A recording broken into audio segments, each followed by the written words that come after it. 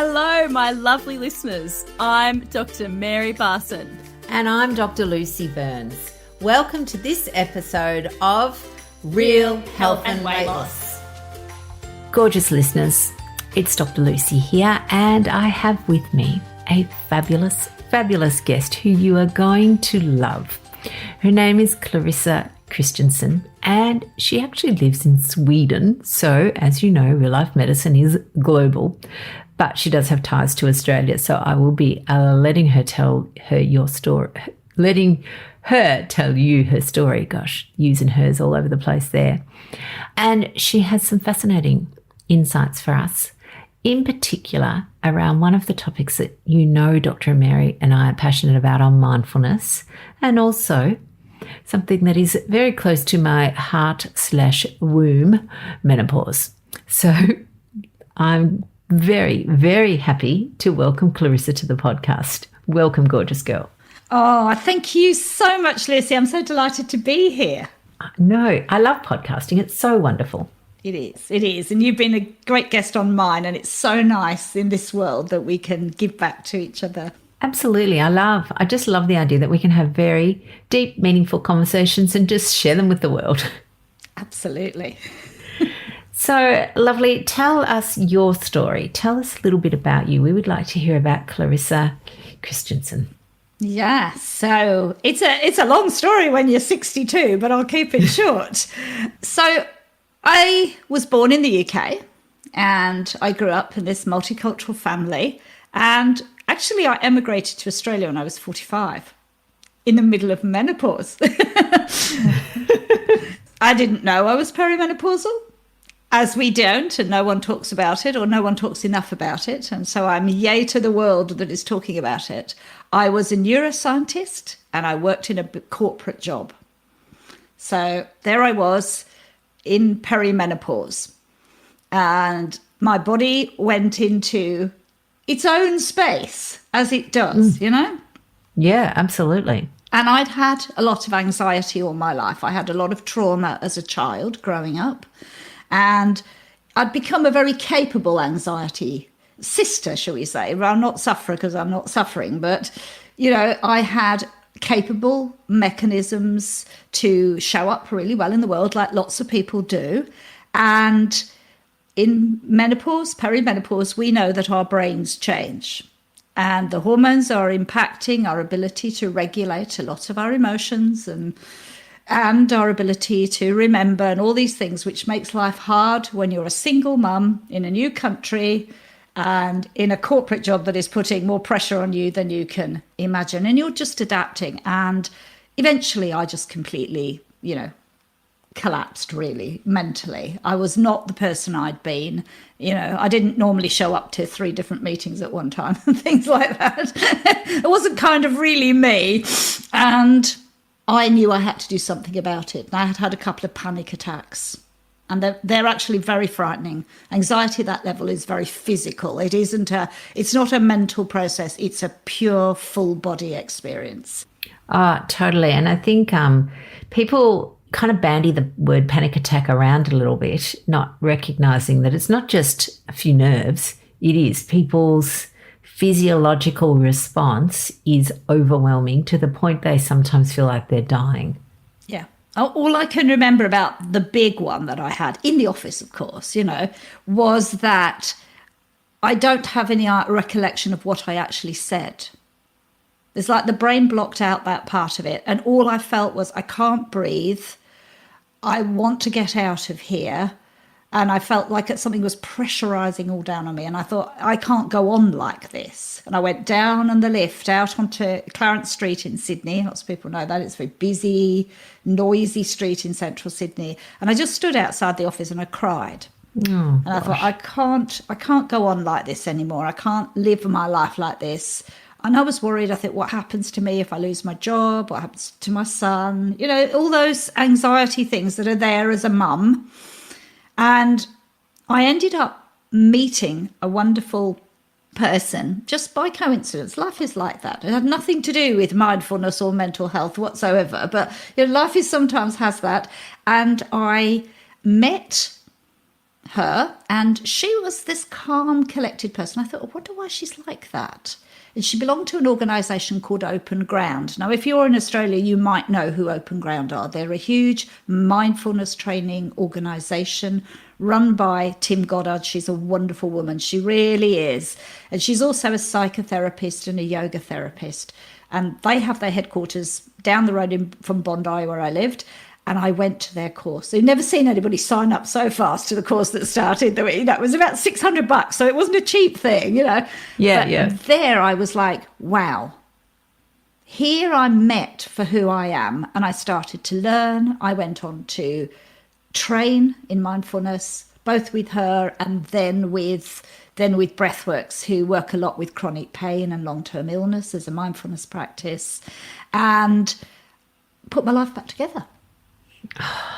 I just, you know what, I know people hear me talk about the universe, and it's not very doctory, but I just sometimes think that things happen and, the student is ready and the teacher appears.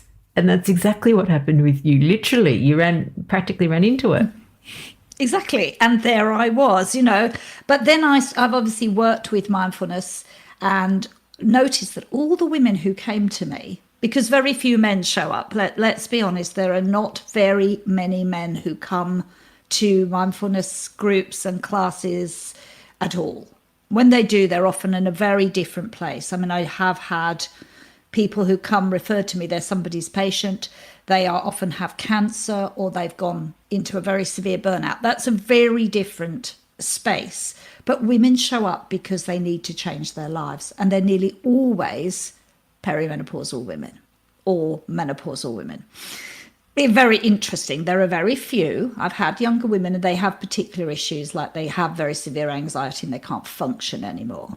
But on the whole, it's midlife women whose life has been flipped upside down by this thing called hormones. They don't get any support, or they don't get sufficient support when they come to their clinician.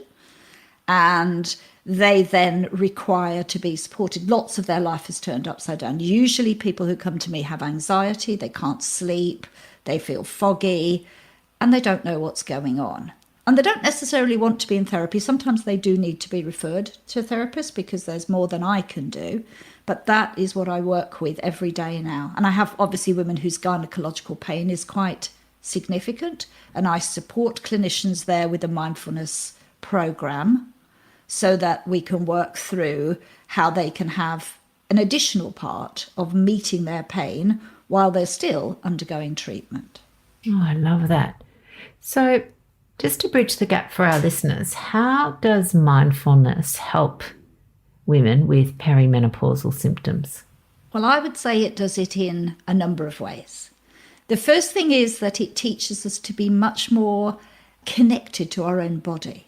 We spend an awful lot of time up in our heads. We're extremely busy, and particularly as women, we're carrying 75% of all home-related duties in our heads, and they're mostly emotional. A lot of them are not physical, and then we're out at work as well. And so we don't have a lot of time to put to ourselves, and we don't listen to our bodies, because either our head is in our phone, or it's thinking about who needs to go to the dentist, or this, that, and the other. And so part of being able to manage menopause is to come into your body, to be able to listen, not just to the noise, because there's a lot of noise when you're going through such a big hormonal change, but all the subtle signals that are telling you, I need to rest. Maybe I just need to eat and drink more. We're very dehydrated. Maybe I need to have the word no as a sentence, like, no, I can't do this. I don't have any more capacity in this. So part of that is building awareness, and that can then extend into other elements of how we care for ourselves. Yes, I love this. Whether that is what we eat or what we drink, or whether we move, or those things, because it flows first from being aware that you have a need. The second part that I work with is teaching people to embrace the change, because it is a change. We used to call it the change, and now we go around so we can't say that, but it is a change. It's a massive change that is biological, it's psychological, and it's social, because how we meet and how the world meets us is different as we age. We need to be able to embrace and not resist. And a lot of the response I see out on social media is partially driven by resistance, by this, I don't want to be old, I don't want to be like this, I want to stay, whatever this strange image that we've been allowed to build up in our own heads about what aging is about. So there's a lot of resisting. And of course we resist discomfort anyway. If it's painful and it's difficult, the brain goes, let's escape from this as fast as we can. But actually what we do is we harden. We physically harden, we breathe more shallowly, we're in fight and flight. So part of the journey is to embrace this change in gentle, questioning ways. And then finally, of course, compassion. Women need huge amounts of self-compassion. Without it, we're lost. And that compassion can be very fierce. It can be about boundaries. It can be about standing up for ourselves. It can be about looking at our lives and saying, this element of my life is not working for me anymore. I need to make changes here. So that's how I work in those sorts of different steps with women. And sometimes women are quite aware of their bodies, but maybe the other parts are hard for them. So we start where the person is. Yeah, I love that. Starting where they are, where they're with. And you're right. I mean, people come to you at all different levels of awareness. And I'm sure some people, have pretty good self-awareness, and some people probably never even heard of it. And, it's having that ability to be flexible is wonderful. So it's so interesting, isn't it? And I'm thinking just from a medical point of view that I think what happened with menopause and perimenopause was that, so certainly 20 plus years ago when I was a junior doctor, there was quite a bit on menopause and particularly HRT. And everyone was banging on about menopause. And then there was a couple of studies published, one which was that the cardiovascular benefits of HRT that we thought or assumed to be there weren't, and that the risk of breast cancer was. So suddenly this product that we'd all been prescribing was, demonized. And then as doctors, if you're not prescribing anything, then you can't do anything. So you don't want to know about it. It's like, there's no pill, not my problem. And so I think then for 20 years we became de-skilled in being able to help women through this particular phase because we felt we had nothing to offer. Whereas I think, as you know, I love lifestyle medicine and I love what you're teaching, and I love the idea that for a lot of the time everything we need is within us. It's just a matter of unlocking those parts of our mind that may be blocked away. I totally agree, Lucy. Totally. I say to people, menopause isn't something you get from the outside, and it certainly isn't a set of techniques. I mean, you learn how to become more mindful because you're not naturally, because that's just our system, the way we live our lives, it wipes that out. So you do need to learn to practice those things to bring yourself to a more mindful way of living. But it's within you. It exists in you. And when we can bring that out, that is the gift for the person. And so I'm very against people saying, well, here's a book with all the practices you can do. Of course, I teach practices, but that's not the point. The point is we can all be mindful in our own way too. It's not that prescriptive. Yeah, you're right. I mean, there's a zillion apps out there now that you can download and upload and sideload. And, I myself have about 6 on my phone. But having an app and actually being mindful are quite different, aren't they? They are. They're actually very different. I think the practices, what I like about apps is you can set yourself every day, I'm going to give myself 10 minutes. I'm going to press this app and I'm going to do this mindful practice. And even if you only did it for a minute, that would be giving yourself that minute. But we can be mindful out on a walk. We can be mindful while we're cooking, while we're eating our food, while we're just, swimming. I have people to me who cannot be mindful and sit still. Well, I get them to move and be mindful then. There's mindful running. There are so many ways that we can check in with ourselves and say, how am I feeling right now? Yep. So if someone was to ask you the definition of mindfulness, and I know, I've Googled it and there's like a whole plethora of them. What's your definition? My definition is that you are able to be present here, and that whatever you're experiencing is okay, because actually you're okay. Yes. Yes, I love that. In our current day and age, where all, everything around us is all built for comfort and pleasure, and we are complete comfort and pleasure seekers. And there's a whole industry that is built around bringing people comfort and pleasure. And then when we're in situations that are perhaps not comfortable or not particularly pleasurable, we don't know what to do. No, we don't. We don't know how to meet discomfort, because our immediate reaction in the way is that it's wrong, and we then do everything we can to resist and push it away. And sometimes we have to lean in. An awful lot of what I teach, particularly with people who have chronic pain, we teach people to lean into it. And that's very hard. We're actually saying, what if you did? And they have a practice, if we're ever in real life properly again in this world, we're getting there again, is you get people to stand back to each other and just push against it and see if something gives. Think of yourself leaning against a bale of hay and just push. Oh, it gives a little. And so the nature of a discomfort isn't as fixed and hard. So when we meet that, we're like, I'm really hard against it. It's really tough. I'm going to push it away. I'm going to do everything. And over-identify with it as well, which is what compassion helps us to break through. But if we actually were to notice our emotions, our physiological discomfort, we would notice that it's quite fluid, actually. And that there are times when it is 100%, without doubt, but there are many times when it's not, and it's learning to capture those moments and to see the nature. And everything's changing. You might start the day feeling very sad, very angry. You might, somewhere in the middle of the day, have a moment of laughter and joy. And then you might find other emotions. So the whole time, everything is changing. And none of it's wrong, it just is. Absolutely. What I love there is that you really highlighted the idea that everything does change. And, what people perceive to be happy or pleasurable or comfortable emotions, they just come and go like the wind. But when we've got uncomfortable ones, we want to get rid of them as fast as possible and shove them down with something, food, scrolling on your phone, distracting yourself with some little something that's going to give you a bit of dopamine. And you do the opposite of leaning in. You stuff it down and run away. Yeah, I call those behaviours secondary suffering.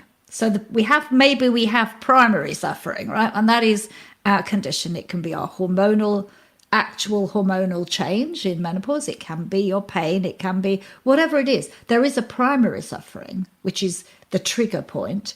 But what we put on top is secondary suffering. And it's the secondary suffering that ends up causing a lot more pain. That what we call blocking or drowning behaviour. So there are people who do exactly what you said. That's very blocking behaviours, where we over-exercise, over-shop, over-talk, over-scroll. Over-drink. So I just block out, oh yes, do, and go further than that sometimes for some people. But that is a mechanism to block out the emotion, the pain that we have, whether that's physiological or psychological, but we're blocking it. We can't meet it. Or we can drown.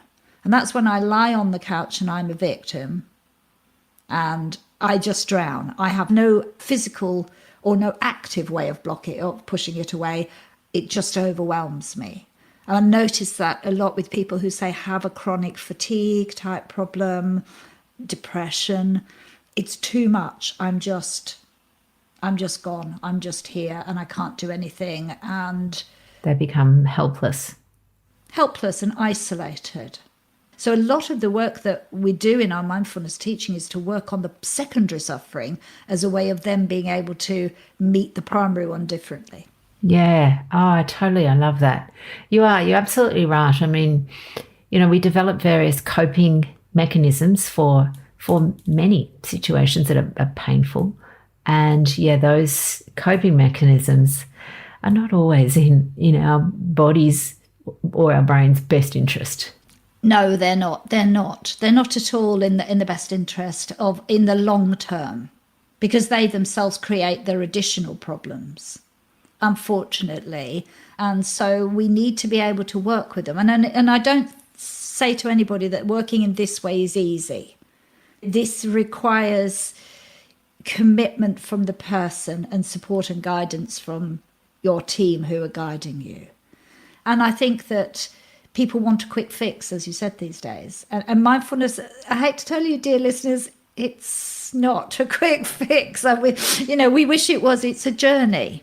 And, we're always meeting. Life is changing. It's a journey. And obviously menopause is a journey. So this is part of being on it and always working and meeting yourself just as you are in this day. Yeah. Yeah, I know. Humans, we are always looking for the loophole, the easy option, the quick fix, just do it and do it once sort of thing. But it's not. It's an ongoing commitment to looking after yourself. It is. It is. In ways, I think, that are helpful. And the interesting thing I find, and I'm sure you do too, in this current world, everyone is talking about self-care. They are going, we're all doing hashtag self-care everywhere. But for some people, there's pictures of bubble baths and, blocks of chocolate as part of self-care. And that's just not it. No, it is not it. You're absolutely right. Sometimes self-care is saying no. Sometimes self-care is doing something you don't like doing or you've been avoiding. I give the example that you might need to open those unopened credit card bills and take a look at where you are and say, can I financially actually cope where I am? Do I need to ring somebody to help me? Yes. Yes. That's self-care. Those sorts of things are self-care because it's parenting your inner child. It isn't layering on soothing stuff that distracts you. It's working on yourself. Yes, absolutely. Oh, I love that. Yes, it's parenting yourself or your inner child, and actually sometimes it's not that much fun.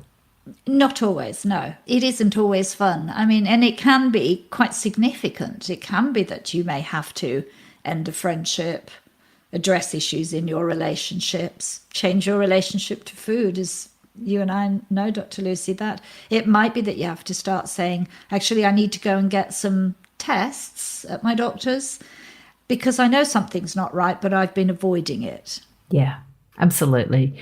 Yes, relentless commitment to caring for yourself. Yes, that's real stuff. Not that the other stuff isn't nice, because we do need a bit of joy and love and happiness in our lives, but that's not the essence of true self-care. Yes, absolutely. I love that. So if people are thinking about starting a mindfulness practice, what sort of tips do you give them? Start small. Start by working on things like getting to know your own body.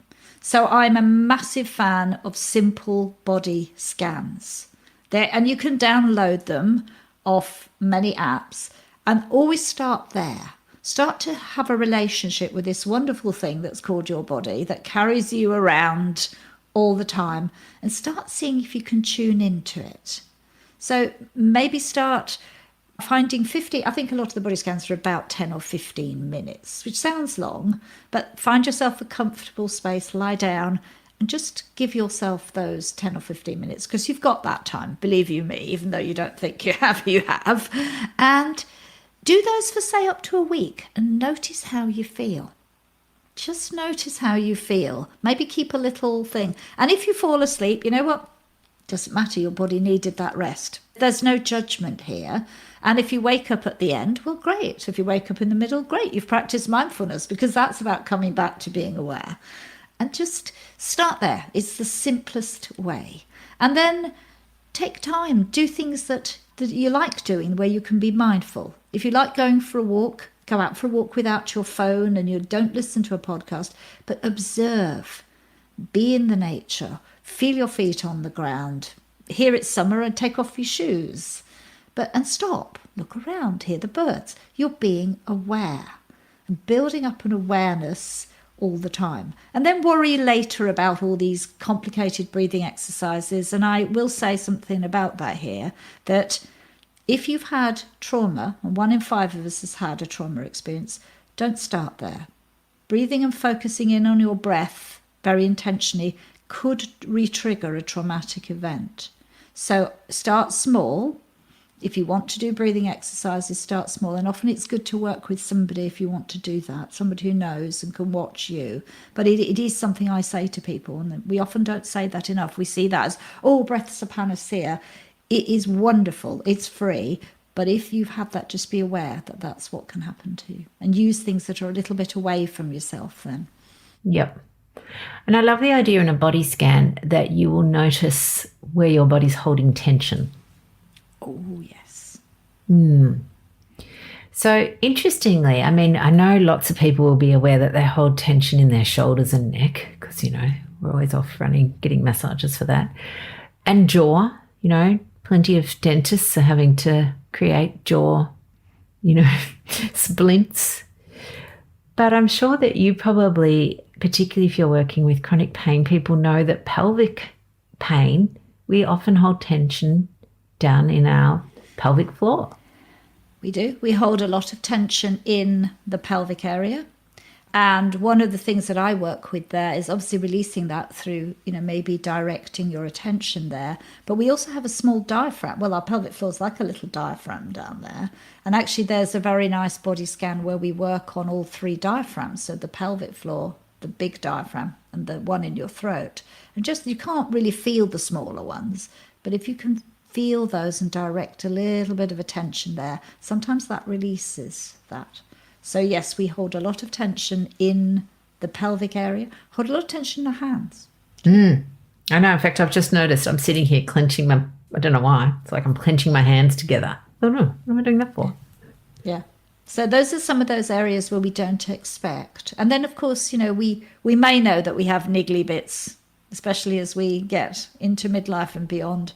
So we just direct warm, loving attention to those parts that we know as well, or parts that maybe we don't even like very much. Yes. Well, I think it would be, and I don't know, I haven't done a survey of every single person on the planet, but I don't know that there are many people that love every single skerrick of their body. I think you would probably find that, everyone in the world has a bit they don't like. Oh, indeed. All of us have something about ourselves that we think, no, I don't like that. I'd like to change that. But it's just part of you, and that's okay. We're just human, and we can just direct a little extra love for that part because it's doing something good for us. Absolutely. Oh, darling, this has been a lovely chat, and I can feel, even though you're in Sweden and I'm down here in Taiab on the Mornington Peninsula, I can feel this connection, and you have such a beautiful, loving way about you that I just love. So if I'm ever in Sweden, I'm coming over for a big non-COVID hug because yes. I can see it there. If people want to connect with you, how do they find you? You can find me on my webpage, which is my name, ClarissaKristjansson.com, which is quite menopause focused. I'm on Instagram as Thriving Through Menopause, and that's a really good place to find me because I post there. Wonderful. And lovely listeners, we will put these in the show notes as well so that you've got all the spellings correctly. Yes, please go look Clarissa up because she's an absolute treasure with lots and lots of valuable information for us. Oh, thank you. Wonderful. All right, gorgeous listeners, I will see you, or you will listen to me. Anyway, I won't see you at all next week when we return with another episode of Real Health and Weight Loss. Take care, gorgeous ones, and see you next time. Bye for now.